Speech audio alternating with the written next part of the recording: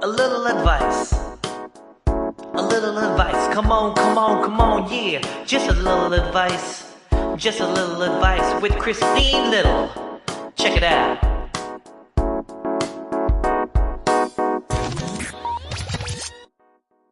Hi, and welcome to another episode of the Little Advice podcast where I, comedian Christine Little, gives a little advice to one of my guests.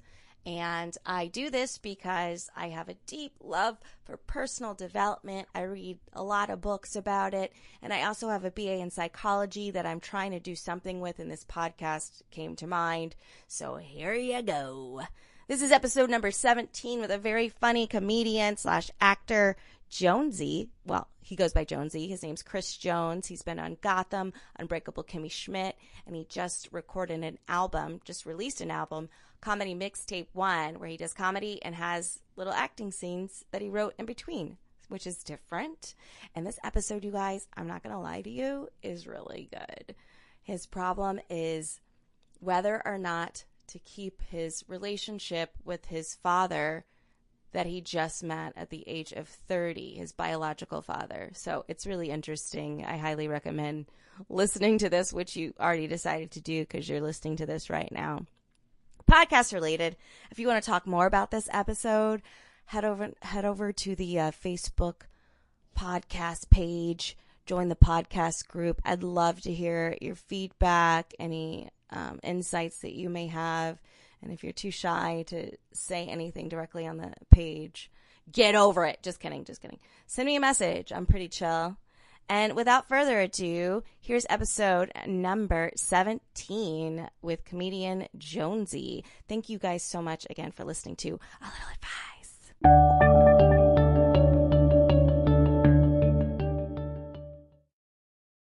Sitting here with Jonesy. Hi everybody. Chris Jones. Yeah. What were we talking about before that? Oh, your problem. Oh, you thought my problem was not, may not be. I don't know what his problem's going to be. And he's assured me that it's super unique. Oh, I didn't tell you this before, but be careful about your arms on the table. Take your arms off the table. Don't touch it. Don't even think about the table. All right. I won't. All right, cool. Can I put my feet on the table? What do you think? Probably not. Yeah. He's like freakishly comfortable at my house. It's weird. I have been comfortable around you since the moment I hung out with you. The moment you hung out with me? Yeah, you mean we did a show together? No, I don't count that one. I count Oh My Ribs. Oh, okay. Yeah. Oh, okay, yeah. Oh My Ribs is really fun. That was fun. Are you going to be there on Friday? I'm thinking about it. I'm going to go. I might go. Oh, all of a sudden. Maybe. Okay. Yeah, it's a good time. Yeah, you're wonderful, and I completely adore you. And oh my God, that's so sweet. Absolutely. We had so much fun. Yeah, we do a lot of lip singing. Do your fans know what a big En Vogue fan that you are? Do they know this? Why are you saying it like that? Do they know what a big En Vogue fan you are? And that you got moves, girl. Wow, you are a ball of energy. So, Jonesy, what's your problem? Well, I don't necessarily know if it's a problem, but I've been told that I'm not handling the situation properly and I'm not being fair to another individual. What'd you do? Well, I didn't meet my biological father until I was, about 30 years old. So... Wait, what? Yeah. What happened? What happened from the very get-go? Why are you just now meeting this? Well, because he bounced on my mom, before I was 1 year old.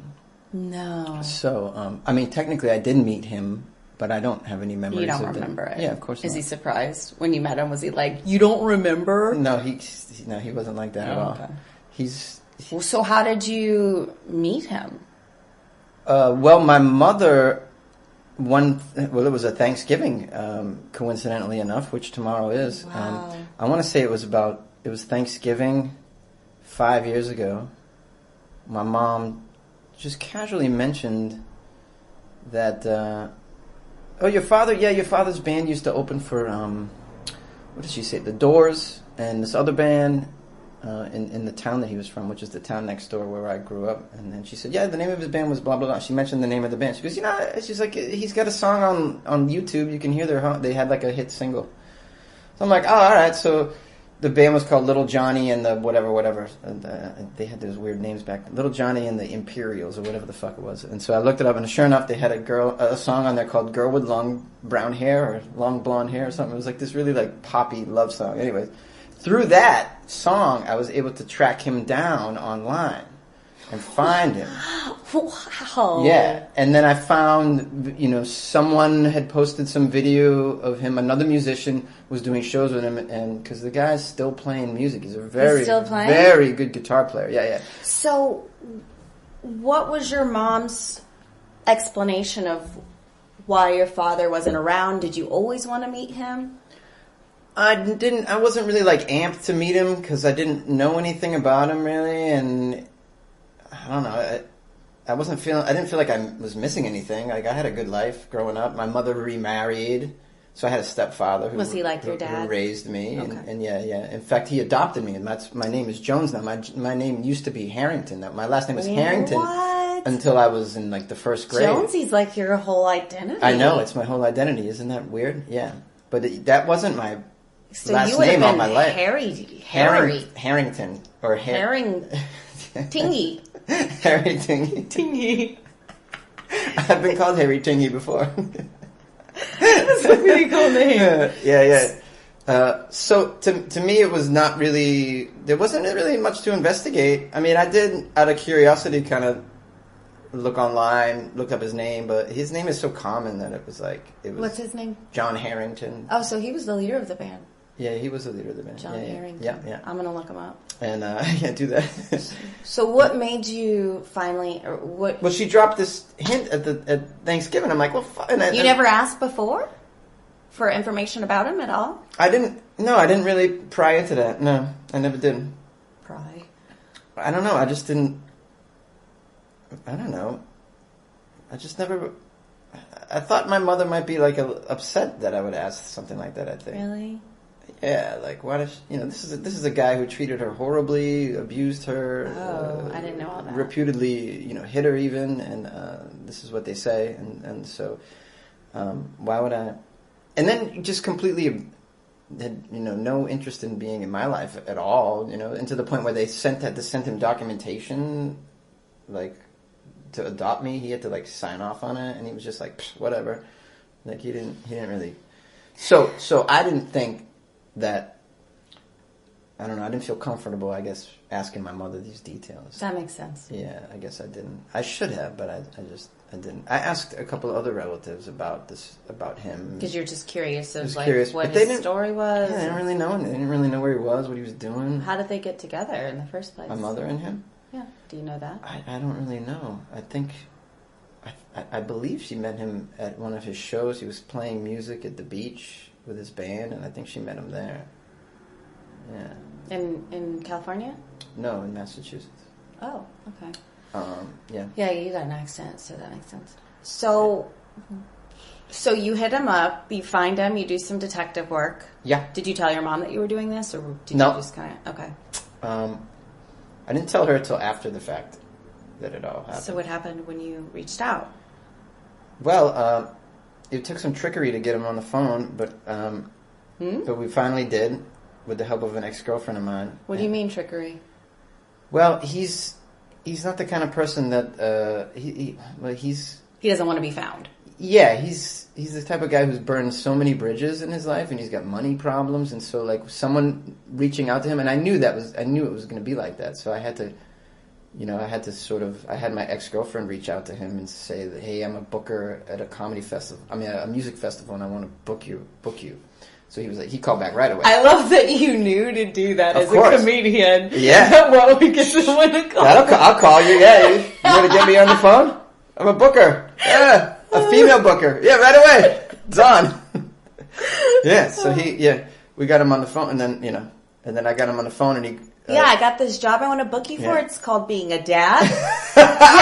That's right. That's right. It doesn't pay exactly. You have to pay. Yeah. And then I got him on the phone, and I'll never forget it. He goes, I dropped the button like this is. So what'd you do? So tell me so the whole thing. I call him and I go, hey, this is Chris. I'm your son. I don't want to alarm you, but I'm reaching out to you because I'd like to have a conversation with you. I got your number through a mutual friend. Blah blah blah. And then and he goes, I gotta call you back. No. And then I thought, I'm like, that's it. He's gonna be like, click, and I'm never gonna hear. God. But sure enough, he called me back. When? An hour later, he goes, I couldn't talk. I was in a car with a friend, and that was kind of, you caught me off guard, obviously. So then he called me back, and then we had a discussion for a while that night. And he was very, very excited, and he was very, very amped, and he was like, I want to meet you. Yeah, and so Wow. Yeah, so then I was living in New York City at the time, and so Where was he? He was in Massachusetts. Okay. Where he was born and raised, and so. I said, I'll be coming to Massachusetts I forget when I was coming. It was a holiday or something.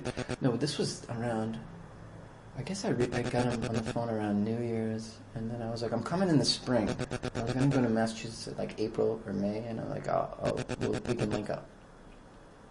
And so, and we did. And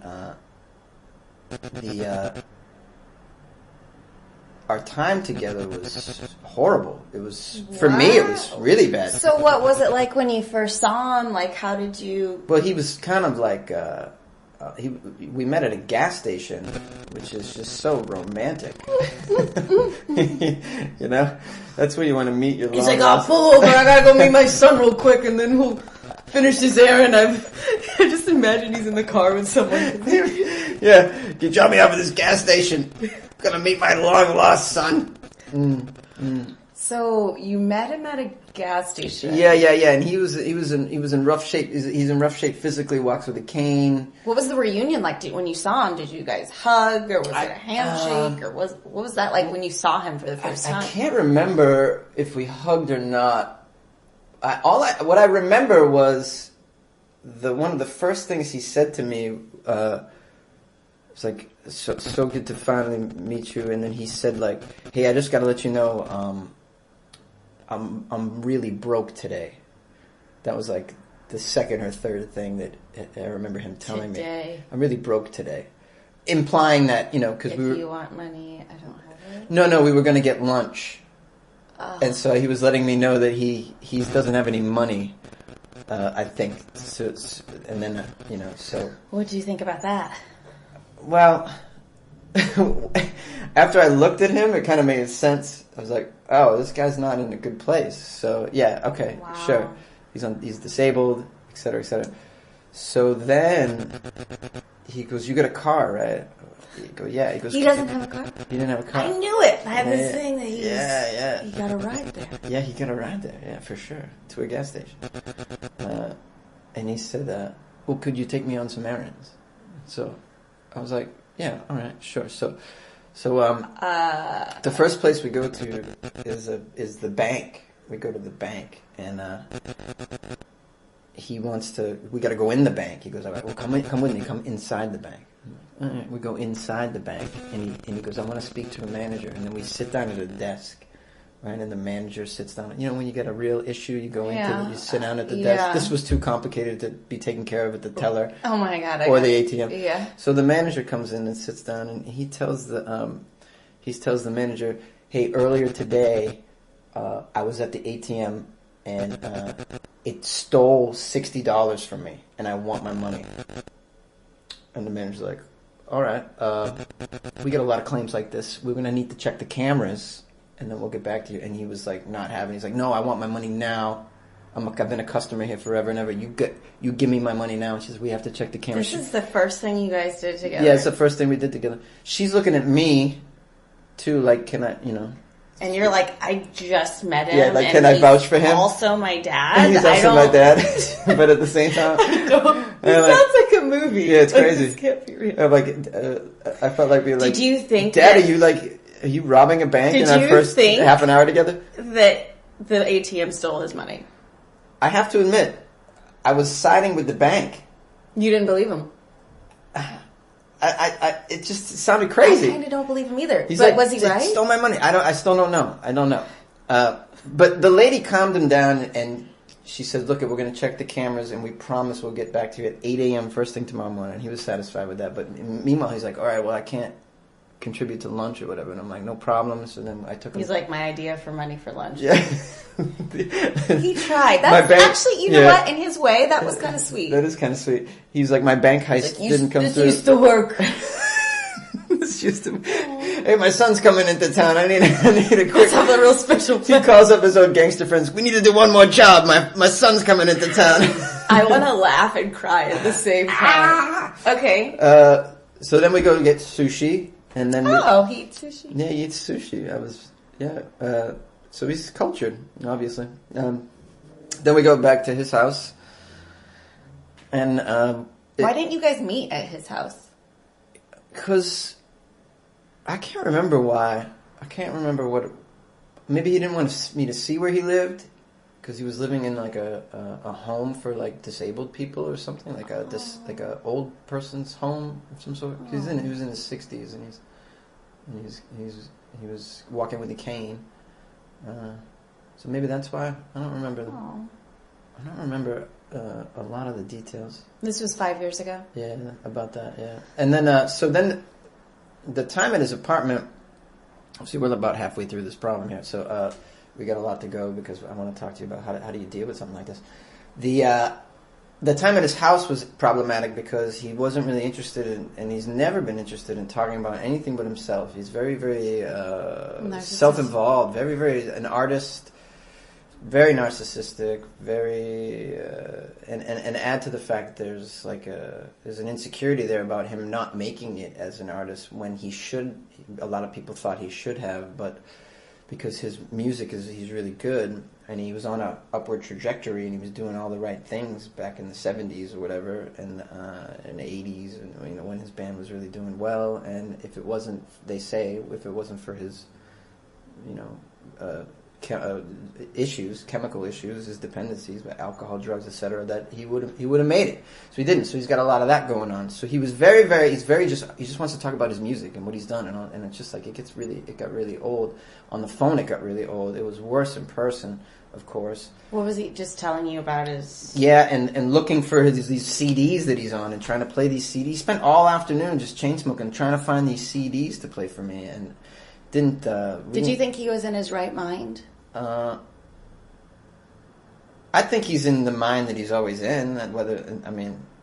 To me, it's not a good mind to be in, but for him, that's his mind. In other words, his mind wasn't altered from drugs or alcohol. Okay. That's just how he is, I think. Yeah. If it wasn't for his friend that came over, he had a friend come over. His friend used to play in a band with him or two, and his friend was great. His friend was like telling me stories. Oh, let me tell you about how he, I met your mom. I remember your mom. We played music at the beach, and she came, and then he was like really cool. He told me information that I wouldn't have gotten out of this. What if he was your dad? Yeah, I was kind of hoping he was. I can't remember his name, but he was sweet. He spoke to me. He asked questions about me. This guy, my dad, didn't ask questions about me. This was very problematic. Didn't ask questions. Wasn't curious at all. Did I go to college? Did I have a girlfriend? I even opened up the door for him to ask questions. Like there was a photo of him with a dog on the table, and I go, "Oh, what a pretty dog! Whose dog is that? Oh, that's my son's dog." He's got other kids. Yeah. So I got half brothers and shit, and I got a niece. I've never met these people. And then I go, I got a dog, and I'm like, here you go, on a platter for you. Ask me about my dog. Nothing. He didn't want to know anything about me. He does not wire that way. He only wants to. The only time he's interested in talking about me and my life was performance related things. Tell me about the comedian. Tell me about what it's like to be on. He was into that. He only cared about that. He didn't care about anything about my life. He didn't ask me anything, really. It was fucking bizarre, but his friend did. His friend was curious, and his friend was polite, and his friend and I we talked for a couple hours shooting the shit while he just smoked cigarettes and played CDs and stuff. It was a real letdown. And since then, it was a letdown in that I made this trip up there to make it to church. You know, it's a big deal. You're meeting your father for the first time. I mean, I wasn't that bothered by him, you know, because to me, it's like I don't know this guy. It's not like I'm like, oh man, my heart is breaking. Did you ever have any like fantasies about who your dad was growing up? No, I never really did. I mean, I would think about it once in a while, but it wasn't really something that was on my mind. You know, I had this other dude in my life who was very, very helpful and responsible with me, and tried to do the best that he could, like to kind of give me some guidance and shit. And I was a crazy kid doing all sorts of shit. Who has time? I mean, I was doing my own thing, so I didn't really think about it. So to me, it wasn't that huge of a. It's like, oh, it's like. You know, hey, I tried to, let's go meet this person. If they're great, great. If they're not, all right, it's not a big deal. It's not a big loss, you know, because they were never part of my life really anyway, so I didn't feel that way. Then afterward, he was like, he was into me. Like, he would call all the time, and I was like, you know, I'd screen the calls. And I just lost interest in, like, communicating with him, because it's just like, there's really nothing... There's no substance. It was just... what am I getting out of that? Okay, what am I getting out of that? It doesn't make me feel good at all. It just makes me like, I'm sad for the guy. He's like, the poor guy, you know? But this is the issue that I would love to talk to you about, is because I recently had someone tell me, well, you know, you have a chance to bring some joy into this man's life. Whoa. Who told you that? You should... Sorry. Who told me that? A dominatrix told me this. Wait, are you serious? Yes. Wow. I think you're going to be a repeat guest. I have had an interesting life. Some might say. She was like, look you know, don't avoid this guy like that. It's hurt. It probably hurts him, you know, if he calls you, talk to him, you know, reach out to him. You could make his day, and you could by doing so, you could feel better about yourself too, you know, like she was like kind of putting it on me, like, feel bad? You should. I kind of do feel bad for the guy. Yeah, of course. Yeah, he's a miserable person. Like he lives, you know, he's burned so many bridges, you know. I don't know a whole hell of a lot about his relationship with his other kids, but it seems to me like it's not that good either. Have you talked to any of them? One of them on Facebook reached out to me. Really? Yeah. And how was that? And we had some message back and forth. And he occasionally will like my stuff and share my stuff. Aww. We've never spoken on the phone or anything like that. Is this a half brother? He's a half brother, yeah. And he's married with a daughter. I think that would be an interesting relationship to connect to, because maybe you guys could talk about what it was like. I mean, what it was like to have him as a father, if that's something you're interested in. At the same time, like, I don't know if this is selfish or not, but it seems like it's not your responsibility to take care of anyone else's emotions. You can't really, you know, you could call him every day and he would still be miserable. So to put that on you, I mean, that's hard. I mean, yeah, you could be a light, but also I think it's good to have boundaries. Yeah. And I don't know. That is tough. That is tough. I mean, because it's your dad. You don't want to have any regrets with, you know, I'd say if there's maybe specific things you want to know about your family history, if you could be prepared to talk about those. If he'll let you, if he is a narcissist, it may be really hard to even have that conversation, or have a conversation that goes any way that you want it to go. Yeah, you kind of have to take the ride of where he wants to take you. That's exactly what happens. Learn how it's to like surf pulling it. teeth, like to get any information. I was asking him about my grandmother, and like it's just really, he just wants to talk about the time he went to Woodstock or whatever. Like, yeah, there's only certain things he wants to talk about. Yeah, and it all revolves around his most of it. I'm generalizing. Most of it revolves around his past music, you know. So what kind of relationship, if any, do you want to have with him? Guilt aside, any of that aside, like what? I don't have time to have a relationship with this guy. If we're being honest here, like I owe my grandmother a call, you know.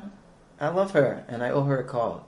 And, you know, I don't have time for another I don't have time for another old person in my life that I got to talk to like on a regular. Like this, it sounds very crass, but I owe people calls. Real family that I love, that have cared for me, that were there for me. Like I need to be more. I'm not involved in their life enough. I feel bad about that. Like I can't be having this guy too. Like it's just too much. I got shit to do. Yeah. Is that mean? I don't think it's mean. I mean, I think it's real. I never thought of it like, hey, I got other people to call that I feel... That were actually there for me. Yeah. Yeah. I mean, I'm sympathetic towards that guy. It sounds like he's not doing great. At the same time, to have this, like, energy that's, like, kind of sucking things out of you in your life is not good. And if he's, like, kind of a bridge burner, I think it's good to have, like, a healthy boundary around him. I don't think you have to, like, curse him out or... I mean, you could have gone that route. You could have been like, F you, Dad, for not being there, for not doing that. Sure. You know what I mean? And you didn't do that. You were kind to him. You know, I'm genuinely not angry about it. Yeah. It doesn't bother. And you know what? That's like in and of itself a good thing. It's like you've already made peace with it. You've already forgiven him. You've already done a lot that's above and beyond. Well, I'm in a special position where I understand the mentality of an artist and the sort of self-involvement that you have if you're if you want to strive to be a great artist. Like I understand that behavior totally. I'm not going to abandon the child myself. No, it sounds like but I got a vasectomy. You know what I'm saying? You did? Because you knew you wouldn't be a good dad? Because I don't want to even... I just want to do this art. I just want to... That's all I want to do, really, for the rest of my life. But if you I don't did even have want to a raise... kid, I don't want to have a kid. I don't want to have a family. So I've already put a safety precaution into the equation so that doesn't happen. But my point is, I understand his thinking, and who am I to knock a serious artist that put his kids second or third or fourth behind his artistry? Like, I understand that behavior, and that's why I'm not angry about that. You know, because I get that. I get where he's coming from. He loves to play guitar and play music. I get that. You know. At the same time, it's a hard person to have a relationship with. Like, after all is said and done, because they are so obsessed with that shit that they can't even really operate on any other personal level. He takes it to a whole new level. I'm not that fucked up with my art. I still can be a regular human being, a reasonable person. For now. I'm just kidding. For now. Until it all goes away. Let me put this comedy album on for you. Yeah, that's right. No. I love what you said, though, a minute ago. About the brother. Yeah. There's something there, you know, and I have a niece. And she's Do you have any other siblings? There's another brother. I think he's in jail. Hey, you guys have something in common. Yeah, for sure. You can talk about your prison time together. Oh, you love that Maybe bit. he's got his own You love that bit. Oh, you're so funny with that bit. Your fans should know that Christine enjoys one of my jokes, and it's about how I went to prison in Kansas. It's not even a joke yet. I mean, it's kind of a story that I just keep trying to massage into a joke. Just wild. It's just not there You're yet. a wild guy. Yeah, but so I guess I have a half brother, and I think he's in jail. I think, and if you had to guess what he went to jail for, what would it be? Just a guess. A guess? Yeah. Armed robbery. Oh, okay. That's my guess. Ooh, well, now we get to find out. The other brother could fill me in on these things. He would be so into talking to me, though. Dude, like, talk to him. He would so be into me meeting his daughter. Like, he would want to hear all about your stand-up, and don't ask any questions about it. Yeah, he likes my stuff and shares it on. He'll write sometimes, like, it's kind of funny because I've never met the guy, and he'll be like, you go, bro. And I'll be like, oh. Yeah. Is he in Massachusetts? Yeah, he's in Massachusetts. Do you go back there? I was just there, yeah, for a few days, visiting my mom and stepfather and brother. So my mom is moving into a new apartment, so she's very excited. So I went back. Okay, cool. Yeah. What else do you need to Well, what are some of the takeaways from our conversation? Do you feel like anything you feel better about, or? Yeah, I actually feel a lot better about reaching out to the brother. I didn't consider that too much. I mean, not that there needs to be a reach out to him, because we've already sort of been communicating. It's very, very rare, and it's just on Facebook, and it's just here and there. But I feel like I should. You kind of brought this to mind. I should talk to him more. I think that's a great idea, actually. It'd be kind of cool to see what you guys had in common, and and learn a lot about a family that I have that I don't even know. Yeah. Like my grandma, I have a grandma on that side. She passed away a while ago,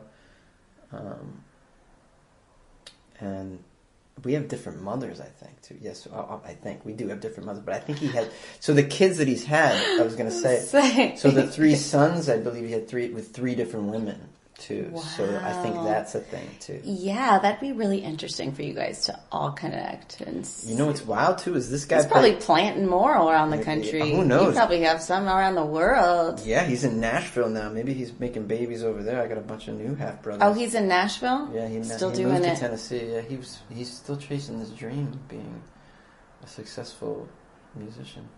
You know, coincidentally too, that brother that I speak to, his other son, plays music as well. Wow. And I played music too. I've played music my whole life. Was in bands and stuff. So we all got this little music thing. That's crazy. Him. Yeah. I think comedy and music are related too. Like with the rhythms and the beat. There's something and the about groupies. That. All those groupies. It's crazy. I haven't experienced that personally. I find that very hard to believe. Well, guys don't want funny girls. They want girls to laugh at their jokes. Funny girls are the best. I mean, I know. But oh man, my ex was the funniest person and one of the funniest people I ever met in my life. Maybe and that's why I fell in love with her, because of how funny she is. What happened with you guys? We broke up a year and a half ago. Why? And then maybe it might be 2. Is it 2 years? No, it's a year and a half. Why did you guys break up? Because she's not really wired for long-term relationships yet, or she's not ready for that. She's kind of a wild. Is she young? She's 27. Yeah. Okay. When I met her, she was 24 and pretty crazy. And we had a thing. We lived together for a while. And then, but yeah, she's not really cut out for the whole relationship thing, I don't think. I mean, I got her to agree to it for, I think, longer than she's ever had. Like riding a bull. I broke the record. I held on for the longest. But yeah, she is super funny. Funny women are amazing. So I find them very attractive. I don't know what the problem is. I don't see why. Who doesn't want to hang out with someone funny? Like that is like all the time. Like who doesn't want to fucking hang out with someone funny? That makes no sense to me. That doesn't make any sense. It's like someone that smells good. Don't you want to be around someone who smells good? Yeah, all the time. What if you stunk? Yeah, I mean, you got to cover that shit up, man. You got to do. Make you feel bad, wouldn't it? You know, I mean, look, I'm not against dating smelly people. You just gotta. All right, this conversation's going in a really weird place. You just gotta cover it up. All right, this is going to be the end of the problem portion. Your takeaway was reach out to the brother. How do you feel about kind of keeping boundaries with your dad and not taking on that responsibility of bringing joy into his life? It feels like work to me, and I really don't want to. Okay. I just don't. How are you feeling about not wanting to do it? I feel a little bit guilty. Do you feel any less guilty at all? I do feel a little less guilty. Do you think it would after talking to you about it? Yeah. Would it help you feel even less guilty having a relationship with your brother? That would add to it for sure. That would be very helpful. Okay. All right. Well, when we come back, we're going to talk to Jonesy about his creative process, whether it be writing, music, or whatever he's doing. When we come back on A Little Advice. Welcome to the Little Advice Intermission. I don't have a song for it yet, but thank you guys so much for listening to this podcast. If you're having a good time, Please rate, subscribe, share, leave a little review. It really does help the podcast out, and that would help more people out because maybe more people need advice, right? And if you'd like to see my comedy in person, I'll be at Crackers in Indianapolis this weekend of the 28th of November with Jordan Carlos. And that's going to be really exciting. The weekend after that, December 7th, I'm going to be in San Diego at the Madhouse Comedy Club. You can come see me there too. Hope you're having a good time. And we are back with the creative portion of A Little Advice. Jonesy's putting on different glasses, I think, to signal that he's going into his creative mode. Is that right? Yes, that's exactly right. Are those real glasses? Yeah, they are. Yeah, they are. They're very light prescription, but I wear them at night when I'm driving. Me too. Oh, you too? They're very, very light, Yeah. but only when I'm driving. Driving at night. Yeah, I don't even claim to wear glasses because of that. Anyways, with a Z. You probably look really hot in glasses, don't you? I'm about a 4. Okay, so... Go ahead. So your creative process, tell me what that's like, and you can talk about any of it. Let's talk about your stand-up. Well, my stand-up... How do you write jokes?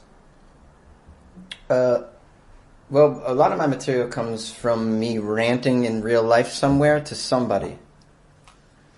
And then I go and I rant again on stage when I see... And I'll usually be... Do you record it? Yeah, I'll record everything that I do on stage, usually. How long have you been doing stand-up? 14 years. Okay. And I won't just rant on stage. Like, when I rant, if I felt like... If in my mind I'm like, oh, there's something there, like, I'll send myself like an email, and I'll just kind of jot down some things. Or I'll write a note on my phone. Or a piece of paper. Well, you'll do that. I'll hit some points. After you rant on stage or to a person? To a person. Okay. Yeah, which makes... it's one of those things when when you're hanging out with someone, they can be annoying because I have to stop and write shit down. Like, excuse me, I'm an artist. I just got an inspiration. Well, like, it could happen at any time, so it's like it never turns off. So like you'll find yourself in a relationship where I've had women tell me, "Does it ever stop? Do you have to write it right now? Do you have to?" And I'm like, "Yes, because if I don't write it right now, I'm going to forget it, and I'm not going to try it." Etc., etc. I realize it's a problem. I'm not like a painter, though. I don't go lock myself in a room. Okay, I'm painting from 2 to 6 today. No, it's always on. Always fucking on. I have to be ready for a bit to come out of any situation, any conversation, any idea, an argument, something I ate, whatever the fuck it is. It could happen anytime. So yeah, that's something to deal with. So yes, give myself some notes so that I go on stage the first time with some things that I know some points I want to hit. And then I'll improv it mostly. I'll improv it on stage and I'll record it. And then I'll, whatever's working from the improv, I'll keep, and then I'll take the other stuff and I'll take it back on stage. Do the stuff that works, improv the other shit. Improv some more ideas. I try and lengthen it if I can. My jokes are all very long. My jokes are 3 minutes long, all of them minimum usually. And so... Because they're stories. They're not stories, but I like to... Connected ideas. I like to beat the shit out of a subject. Like, if I want to talk about it on stage, I like to come at it from all sorts of angles and just really beat it up there. Just bash its brains in. Yeah, I'd like to bash its brains in. So, like, I want to... Yeah, that's how I like to write bits. So I'll come at it with how do I feel about it, or what it'll be like. What happened to me? This is what I saw. This is how I feel about it. Oh, that's great. And then this is where it could go. Like this is the future of it, or this is what it should be. Why is it like this? This is what it should be. Like I just kind of like to come at it at a bunch of angles. And so the bits are long, and there's a lot of improv involved, but they always come from a moment of truth that it's a lot of times it's a conversation I have with someone. It could be a conversation I had with myself, even. Like, something might happen, and I'm like, what the fuck? And I'll ramble about it, and I'm like, wow, all right, well, wait a minute, there's something there. So here I am talking to myself, and I write that. Your face, you guys just see like, wait, there's something there. yeah, that's how it comes. Like, it's like a flash of, it's like, it's awareness that, it's not even, I don't know if it's inspiration. I think that, artists always talk about, I'm waiting for inspiration. Well, I think if you're waiting for inspiration, you could be waiting a long time. I think we're constantly surrounded by art. Mm. I think what you need to work on is your awareness of what is the art. What has the potential to be the art, you know? Yeah, like anything that happened to you today could be a bit. It's just you being aware of it. And what, like me working on a puzzle? That was funny for you for some reason. What's funny about it is how many people laugh at you for working on a puzzle. You were the only one. You said other people laugh at you. They laugh at me about other stuff. Not the puzzle? Just weird stuff. Like I was telling my roommate, I was like, yeah, I got this bed at IKEA. And she was like, oh my God. She just started. What's so funny about that? I don't know. And she's like, you're just funny. I'm like, I didn't say anything funny. So is buying a bed at IKEA looked down upon? No, she just said I said it funny. So you said it in a funny way. I don't know. So I'm just trying to get to a place where I don't get mad about it anymore. And as a comedian, I'm like, what was funny about it? I want to do it on stage. But saying I'm doing a puzzle isn't a punchline. It's just what it is. It's a very difficult puzzle. It's 500 pieces. And a lot of them look alike. I spent hours on this puzzle. You could just say all of that on stage. That's not funny. And it would make me laugh. I like puzzles. I do the hard ones too. The 500 pieces. The pieces are very similar. It takes me days. It does. Oh, that's so funny to me. Anyway, but yeah. So when you're on stage and you're getting to the meat, I've had a couple comedians on here that talk about doing that strategy of talking it out on stage. Yeah. And to me, that's really scary because I have to get laughs or I'll die. Oh yeah, you have to let that go. How do you deal? Like what I don't care mentally how do you get to that place where you're just like, I don't care. I don't care if I don't get laughs. I've just bombed so many times. I've been doing it so long. You know, I've done my 10,000 hours and I don't care. I just don't care if I bomb. What if someone big is in the audience? You just don't care. Like if I'm at a club or doing like a paid show or something and the crowd's completely full, like obviously I'm not going to bomb, you know what I mean? Like I'm not going to allow that to happen. But the situations we're talking about, like when I'm working on something new, I'm going to go to a place. Like Oh My Ribs? So a place like Oh My Ribs is okay for that, yep. There's other places that I like to go to a place that has a few more people than that, but to try out that was fun. The new stuff. I do like it there, yeah. In those instances, the shows are kind of like, they're not these mainstream good shows. The chances of somebody being somebody there is, I don't know. It's so slim to me that I don't really think about that. I just want to get my work done. And I don't know. I believe it's a fate anyways. Like I can't influence that. I can't change anything. I'm not going to be this comic that I see out here that goes and does their fucking 7 minutes of A material, their fucking Conan audition every time they hit the stage in LA because this is a quote showcase town and you never know who's going to be there. That is so dull to me and that is so anti-art to me that I don't even care to play that game. I don't even care about it. I don't care if there was a guy sitting there and I tried out a new bit in some little cafe somewhere. Like I don't fucking care that I wasn't discovered in that moment. I'll be discovered when I should be discovered. I'll be discovered when it's supposed to happen, whenever that is. And I can't control it anyways. This town, we don't know. So, like, that's the one thing you know about this. You learn. It's like what William Goldman said, who just passed away. You know, nobody knows anything in Hollywood. So if you think you know someone's in the crowd at this place, go there. Do your fucking A material. That's how you're going to live your Hollywood life. This is what you're going to do. That's your plan. You go do that. That's your fucking thing. But let me tell you something. I'm going to sleep better than you at night. Because I'm not going to press myself to do that. I'm not going to put that kind of pressure on myself. I'm not going to do it like that. Because I really, when you get down to the brass tacks of the matter, nobody knows anything. You don't know what's going to happen. There's a reason why all of us are just like asking each other, like, what's the path? What's the path? Well, because there is no fucking path. We think there's a path. You go talk to, like, Jamie Kennedy. What's his path? Well, that's not going to be the same path that, you know, Bert Kreischer has taken. I mean, not at all. Which isn't the same path that Joe Rogan's taken, you know, which isn't the same path that Lenny Bruce took. Like, no one's path is the fucking same. And therefore, how can you plan ahead anyways? So, for me, I'm going to do what I want to do. I'm going to do what I do, depending on the show. Obviously, I'm not going to bomb if it's a packed joint, you know. If I go to Echoes on Pico and do Matt's show on the weekend or something, which is a great show, I'm going to bring my A game because those people are paid to be in there and that's a real crowd. But if I'm fucking around at a cafe, I'm going to fuck around. I don't care who's there. And if someone was there, if they don't see anyways that me fucking around there's still something there. Like I have a gift where I can riff and I can make up shit on the spot and I can work these new bits out and still get some laughs. If they don't see that anyways, why do I want them in my life? Why do I want them being some sort of nurturing talent, you know, a platform for me to take me to some other level? If you don't see that, then I don't want you anyways. There's a lot there. Wow. Yeah. That was really...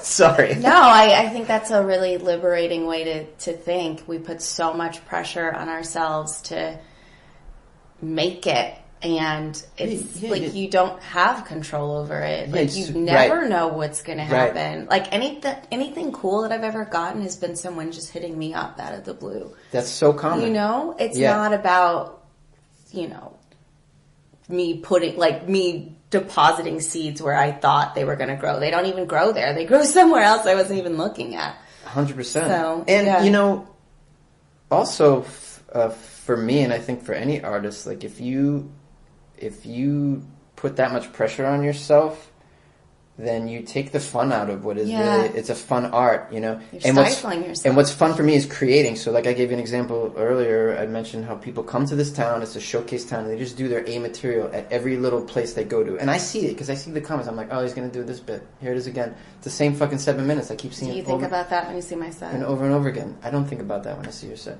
All right, I just want to make sure. But I've only seen you do one real set at Haha, and you killed it, and I loved it. I've seen you at other places they weren't real shows like that. So you were just kind of trying out some shit. So it's not like I've seen you again and again and again at these places. And if I did see you at Haha again and you did the same set, I would get that. I understand that, because that's a paying crowd, and you want to give a paying crowd a good show. This ain't fuck around time sometimes. Even though I can actually defend at Haha because they don't pay their comics really. You could slip in a new joke. Yada yada, that's fine. It's acceptable for me because the club isn't paying you. But for the most part, those people deserve pretty good material from you. So I wouldn't keep that against you. But like doing that all the time, you've taken the fun out of stand-up, because the fun of stand-up is creating. You're not creating anymore. You're just going to say, oh, I'm done. These are my wares. I'm just going to show these are my goods. These are what I have to sell. And you go to the fucking swap meet and you put out the same goods every time. And you don't create anything new. I think it depends on what you're doing too. If you're doing your late night set, if you have it booked, you need to run it. Yeah, for sure. Are you working on certain? I agree. But you never know why someone's doing the set that they're doing. Yeah. So this is true. It could be like, like sometimes when I come up with new jokes, I'm like, where would this fit in my set? Where can I put it? Where can I plug that in? And so I have to do another bit that's old, so I can say this tag or whatever. Yeah. And people may not see that. So I guess I'm just saying that for myself, you know, in terms of judging people doing the same stuff over and over again. You know? For me, I get tired of saying the same lines again and again. It's like if you've ever done a play where you just get sick of it, you're doing it, you know, you do 2 shows a night, you get a run of a play, and after fucking 2 weeks of saying the same shit, including rehearsals, you're like, I'm tired of saying these lines. Yeah. I need new lines. I need a new piece. I like breaking the fourth wall. Move over, you know, and I get the same way with my jokes. I hate saying the same lines again. I want new lines to say. I want a new moment. Because they get stale, and the audience can sniff that out when it gets stale. You see a lot of comics that have been doing the same jokes for a long, long time, and they're just like, they're just delivering it like an automaton, man. They're just like... I think it's impressive when people can say the same stuff for a long time and make it look new. And make it look new? That is a gift. That is so impressive to me. So hard. I don't really have that kind of artistic muscle in me, I don't think. To make it sound fresh like they do, to insert that fresh energy into it again and sell it like that, I can't. I struggle with that. That's why I keep writing all the time, which ain't a bad thing. But I do envy them as well. Like, oh man, like you see Brian Regan doing another bit that he's done, he's so funny. and he brings all this smiles to it like he does, and all that energy into it still. And you imagine he's been doing this every night for like 2 years, the same fucking bit. You're like, that is impressive to me. I really am impressed by that. I can't do that. I struggle with that. That is exciting. Okay, so that's your writing process. Tell me about, before any major success that you've had in your career or life, any mental shift you had before that happened, if any. Oh, man, I've never been asked this question before. Bam! You just got a little advice. Is that a thing? No. that should be a segment. You just got little advice. Is it What time is your show? They start at 8. Okay. It's really close. Yeah, they sent me the lineup and I'm in the middle anyways. Are you headlining? No. They headline in the middle of that place. Shut up. I swear they do. Oh, I don't think I am. I don't know. You might be. Everyone's picture was the same size. I don't think there's a headline. Okay, well anyway. Go ahead. You never know. Everyone's picture is the same size. Sorry I interrupted. Everybody's name was spelled incorrect. I don't think there is a headliner. Stupid.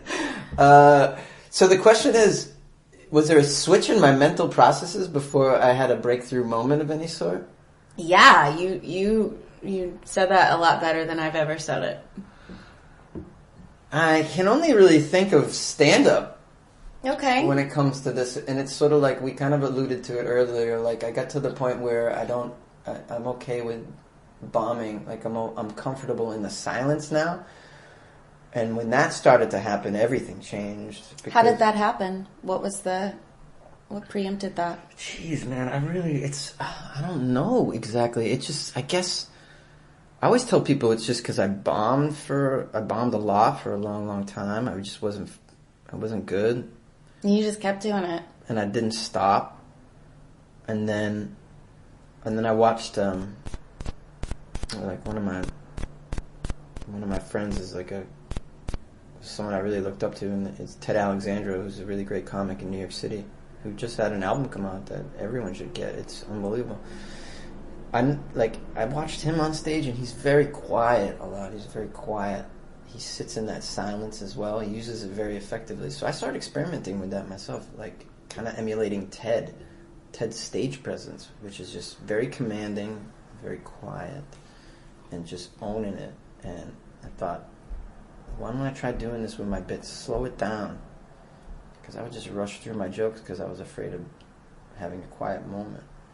So it's a combination of the bombing and then slowing everything down and sort of getting familiar with sitting in silence in front of a crowd of people who expect you to be a dancing, performer. They're like, more dance. Give us the fucking high energy. A lot of people expect that at a comedy show, and I'm not that. I am the opposite of that. That's what you get with me. You get totally. It's different. It's very conversational. I don't talk louder than this ever. Contemplative. Is that a word? Yeah, contemplative. Is that a word? It is a word. Yeah, contemplative. I don't know if that's a word. It is totally a word. And, I don't believe Good job. Good job by you. So then I think it was a combination of like learning to be comfortable in the silence and bombing it led to a situation where as a comic I was kind of like comfortable and not getting laughs. And then in that environment, you can try things and if they don't work, you're like, you don't lose it. You're just like, oh, I'm just still dealing with the silent moment again. And I'm okay with this because I've purposefully allowed the place to get silent a few times already. And another thing that happens when you do that, and I've fucked with this with big crowds, man, and it never gets old to me. What? Tell me. If you get quiet, it just kind of like, it builds this tension in the room because everyone is expecting you to keep talking like comics do. They're so used to just like being spoken to, high energy over and over again. Like when you get quiet, you can feel this energy start to build because they're like anticipating something, and then you can break that energy with a look, some little smirk or something, or you can just say something like, "What's up, table 4?" And the place will just go bam, and it'll just lose it because you built up a tension of silence, and it's like bubbling up, and then you've popped it like a balloon, and just goes bah. That's why when you get nothing on a joke, when we do saves, so like you do a joke and it doesn't work, so there's a silence that it didn't work. And then you say, oh, that didn't work. And you go, I guess that should have, that didn't work. And they all laugh. Why do they all laugh? It's not like you said this brilliant thing. Well, I think it's because you're being present and you're being honest about the moment. I think that's part of it. What I would add to that is what you've really done is broken tension. And when you break tension, it elicits laughter. There's a tension there because you did, like, shit didn't work out. And the audience is, like, a little uncomfortable. And then it kind of builds up because it's silent. And then you address it. You pop that tension bubble and you get a laugh this way.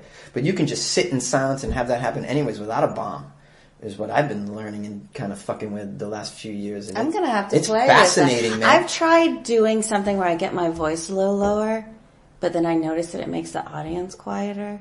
So then I come in and I go, all right, and I say it louder, and then they'll have permission to get louder. Sure. But I'll bet you that. I want to play with that a little I'll bet you're building tension by doing that as well. Yeah. What, by talking quiet? Yeah, you get quiet. And then they're kind of like, oh my God. And then they get serious. And then I like to do a joke where it can, seems like I'm being straight, and then I say something like, "You guys, someone said this to me," and then they're like, "Oh, this is a serious moment," and then you do the reveal. Sure. Yeah. And by you making them get serious. But I noticed that if I say the punchline too seriously, that they won't know that I'm saying a joke. Yeah, so, like you're just, sort of saying a thought of some sort. Like that joke where I say a guy I dated had AIDS, and everyone's like, "Oh wow," and then I'm like, "Oh my God, I'm so sorry, I'm one letter off. I mean kids." And they like, yes, that's so good. So people are like, "Oh my God." Like, it's so shit. I love a dark joke like that so much. But I know a guy that has a joke similar to that, so who cares? Quit doing it. Okay. Have you ever taught a class or anything? Taught anything at all? You've been a teacher vibe. Yeah, I've been told this before, and I have I've been a guest speaker at some classes before, one for acting and one for stand-up. In fact, I just did was a guest speaker at my buddy's class he teaches in Harvard Square. What class? When I was just home. He teaches Harvard Square. Yeah, he teaches a class as part of the Harvard Extension School or some sort. My friend Josh. Wow. And so while I was there, I was hanging out with him, and he goes, "Come to my class. Why don't you talk to them?" So I talked to them. I do enjoy that, yeah. But you know what they say about... Yeah. Yeah. There's a stigma attached to the people who teach. Sure. Those who teach don't do. Or produce shows or whatever. Yeah. I'm actually not averse to producing shows. I'm thinking about producing a show myself. I think it's great to produce a show. Yeah. I hate it. Yeah, it's a lot of work, for sure. You have a show. You have a podcast. I have a podcast. What's it called? It's called Weird AF News. It's weird as fuck news, and it's 5 days a week of weird news that I get on the internet, and I do 3 stories a day. And on Friday, I do only stories about Florida. It's called Florida Fridays. It's out of control. And you always have material every Friday for Florida stories. There's an unending stream of Florida nonsense is going on in the state. I don't know what's going on over there. I don't know what is in the water. These people are out of their minds. Alligators. Out of their minds. It's yeah, I remember when I saw that zombie there. That was terrifying. You saw a zombie? I thought he was a zombie. Yeah, I'm not surprised. The guy that ate the guy's face, that was Florida. Oh, yeah, the bath salts guy. So terrifying. Yeah, that is terrifying. It was so scary to see that. I was like, oh my God, there's zombies are real. Yeah. So yeah, that did look like a zombie video. That was Walking Dead, for sure. He totally went. That's Florida for you. Yeah. That guy's the mayor of a town. He got reelected. Really, look at guys, just vote for Reggie again. He only bit off one face, okay? Can we give him some slack here? He's really good in a board meeting, as you can see. Aborting. Faces. He's good at aborting faces. He's very good at aborting faces. Get your face abortion. So how do you find the weird news? It's a combo platter. Ooh, that makes me hungry. Yeah, me too. Can I eat this plant? So I go on. I get them from Reddit, and then okay. And there's a couple pages on Reddit that have like weird news and stuff, and then I get sent a ton of articles. Oh, that's great. Yeah, people send me articles every day. I get articles, and then I got a guy who sends me the Florida articles every Wednesday and Thursday, so I don't even have to look up those anymore. Who's this? He just did that on his own, or did he? He suggested I do Florida Fridays. He's a fan of the podcast, and I was like, I don't think there's enough stories. Because I would do a couple stories a week from Florida, but it wasn't all the time. And he goes, dude, there's enough stories for you to do 3 on every Friday about Florida. Every Friday. I'm like, all right, man, if you think so, He goes, I'll send you the stories. I'm like, fine, send me the stories. And he's been doing it. He's been doing it for 2 months now. Wow. So tell me some of the stories, Florida Friday stories. Well, let's just look at the ones that are going to be lined up for Friday, just to give the audience sort of a taste of I'm like really plugging your podcast. Of what they might hear on the... Okay. Did this update? Please update. Wow, this is embarrassing. Okay, a South Florida restaurant busted for using a construction drill as a mixer. Wow, that's creative. That's pretty weird, right? A Florida family playing Call of Duty had police called on them by concerned neighbors. Florida man arrested for having sex with a miniature horse on multiple occasions. No! Why'd he do that? I don't know. Oh God, it's terrible. A miniature horse? Come on. Florida man arrested for making, quote, mother of Satan bombs in his home. It's just never... Fred Flintstone arrested in Florida for speeding in a prehistoric smart car. I mean, that's just never... That's not real. South Florida man accused of attacking boy with knife says devil made him do it. Yeah, there's enough. Wow. I'm only going to choose 3 of those, but those would have been okay. So yeah, I like the mixer one. The mixer one's pretty good. I want to try it. You should try it. I'll make some mashed potatoes. These were made on a construction site. There you go. I don't remember any of the other questions I used to ask people. Something about creativity. When was the last time you had an episode? I think Monday. Monday? Oh, all right. Well, I do it every week. But usually, in the beginning, I had like a few questions I would ask people. And then that just turned into just 2 questions because that's all we had time for. Oh, wow. All right. And I guess that's it. Well, let's just wrap this up then. Sure. Well, can I pimp out? Yeah, I want you to where can people find you? Yeah. Okay, because I just had my first comedy album. You did? Yeah, on Halloween I released it on What's it called? On my website. It's called Comedy Mixtape 1, and with the hopes that we'll put out several of these comedy mixtapes. Okay.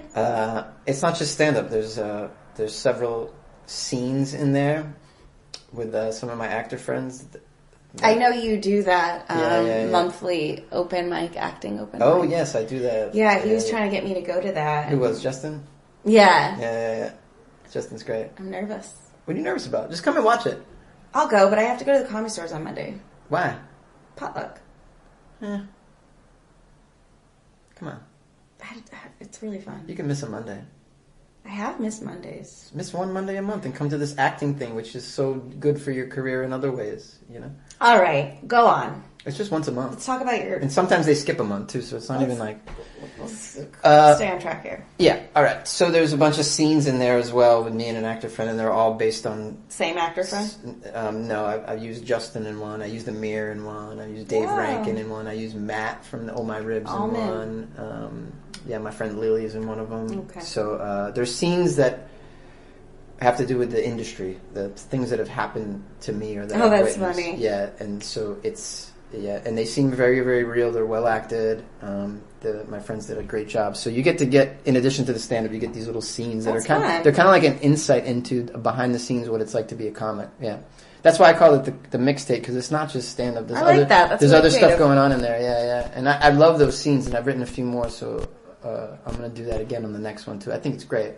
It's nice to just have some other than stand-up, offer something else on your comedy album. I think is cool. Like Dave did songs on his too, and I think that's dope. Yeah. That makes sense. He does a lot of that. He does a lot of that. Yeah. So you can get that on my website, jonesy.com, and if you use a promo code LoveJones, you get half off.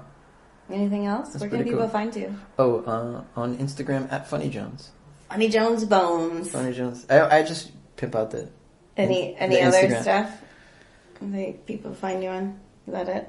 I just do the Instagram. Yeah, follow me on I love Instagram at Instagram. FunnyJones. It's the best. Yeah. Yeah, it's so the best. What is this?